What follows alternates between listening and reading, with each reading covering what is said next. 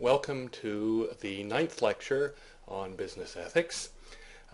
Today I'm going to talk about moral accountability and moral considerability or moral standing. The two I'm going to use the two as roughly the same. The first segment I'm going to talk about the notions of accountability and standing and remind you about the notion of moral agency.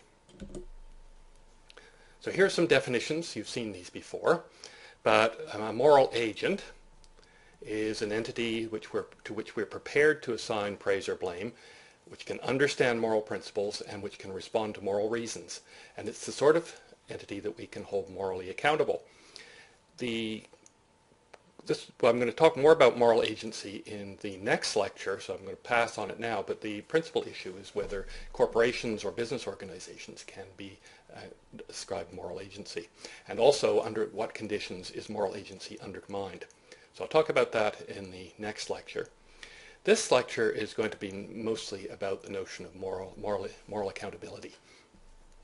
We will say that an agent is morally accountable for an action or a decision and the consequences of that decision if we should, it's a moral notion, should praise or blame her for her decision and the results. A related notion, but very different from agency and accountability, is the notion of moral standing or moral considerability.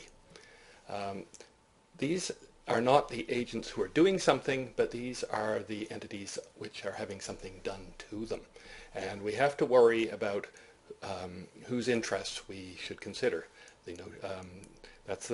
Things have entities or people or animals or the environment have moral standing or are morally considerable if we have to consider their interests when we when we make an ethical decision.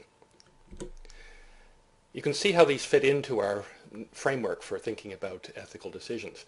In typical ethical decision, an agent makes a decision that has some results. Okay, and the types of theories that apply here to the personality or the character of the agent, we talk about their vices and virtues and whether or not they're caring and properly embedded in relationships. We think about the decisions they make in terms of whether they're fair, whether they obey principles, what is the motivation for the decision, whether they respect rights, whether they fulfill duties. So that's the type of ethical decisions that count here. And the results of the decision are discussed by utilitarianism. Will the results produce larger amounts of financial gains for everybody, or how does this all work? Okay, and we've talked about all these different ways of thinking about the morality of a decision. But there's other questions that we should ask. About the agent, we have to ask, is it really an agent? Is the agent is the person who's making the decision, is their agency undermined by what I'm going to call excusing conditions? And I'm going to talk about that in the next chapter. In this segment and this chapter, I'm going to talk about whether the person is accountable for their decision, whether they are causally responsible for the result, and also about what sort of motivations they had and what sort of character they displayed in making the decision. And just at the end of the chapter, I'm also going to mention the notion of moral standing, which as I said a minute ago, has to do with on whom do the results fall, on whom do the outcomes of the decision fall, and whether we should consider their interests. So you can see how this notion of accountability is important if you could reflect on our initial case about Amy, who was making a decision about whether to help take her company's production offshore. Recall what happened here. It's a long causal chain. There's quite a long story to it. The investors are unhappy, right, with the profits of the company. They order the board to do something about it. The board directs the CEO to try and find a way of making the company more profitable. The CEO directs his vice president for production into making to cut costs. The vice president of production forms a committee, and on the committee is Amy. Amy is considering whether or not to recommend moving production offshore and to a low-wage environment. And if her decision goes through, and there's a whole committee decision, the vice president has to approve, the CEO has to approve, maybe even the board has to approve, but her suggestion, then the company will form a contract with some overseas supplier. The factory owner over there will have to invest in maybe a new factory, and the new factory will produce the articles of clothing, which will be shipped back and sold in the original country, and maybe make lots of profit. Maybe. Now, one way we have to think about accountability is in terms of the CEO. When the CEO is trying to decide who to reward, the year-end bonuses for all this additional profit, should the CEO think of Amy and Amy's role in all of this, and what sort of extra bonus should Amy receive for this profitable business decision? Okay, so this is holding Amy accountable and perhaps rewarding Amy for her part in this decision.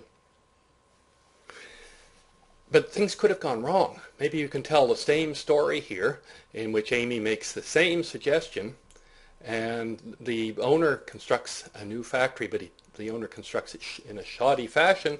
This factory falls down, and I'm thinking here of a recent story about a factory in Bangladesh, and there's a disaster.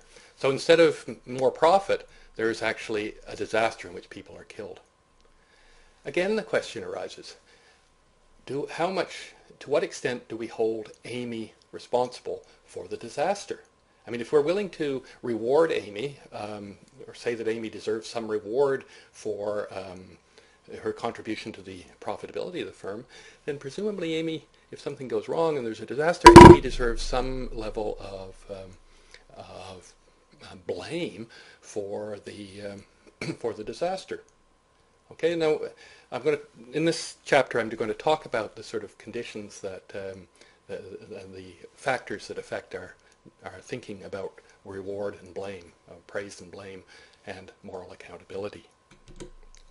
So you just have a look at these questions here and ask which of the following is the best example of a consideration of moral accountability. Pause the video for a moment and I'll come back and talk you through this. All right, welcome back.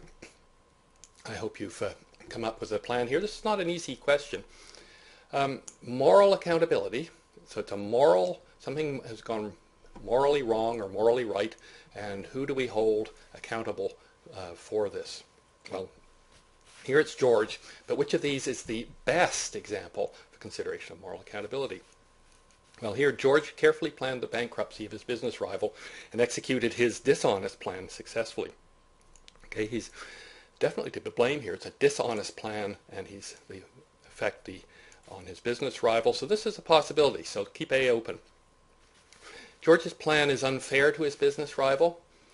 Yes, well, I mean, but this is a possibility. The only thing is it's just a plan at this stage, right? In A, George actually did something. In B, in case B, we're still at this planning stage. So that's not he's not yet really accountable for what happened to the business rival. If George carries out his plan perfectly, then his business rival will go bankrupt. Well, yes, it's possibly a causal connection here between his plan and the bankruptcy, but it doesn't tell us anything wrong with it, right? So it's not, he might be responsible, causally responsible here, but there's not an issue maybe yet of moral accountability. But for George's actions, his business rival would not have gone bankrupt. Well, this is similar to the last one. This is a causal condition. It's a necessary condition of the bankruptcy that George do this action, but doesn't really tell us whether it's morally right or wrong. All right, so it's not a moral issue yet. The best answer is this first one that we saved, because here we've carefully planning the bankruptcy, executing the plan, and it's a dishonest plan, so he should be held morally accountable for his decision. All right, we'll stop here and come back for the next section, in which I'm going to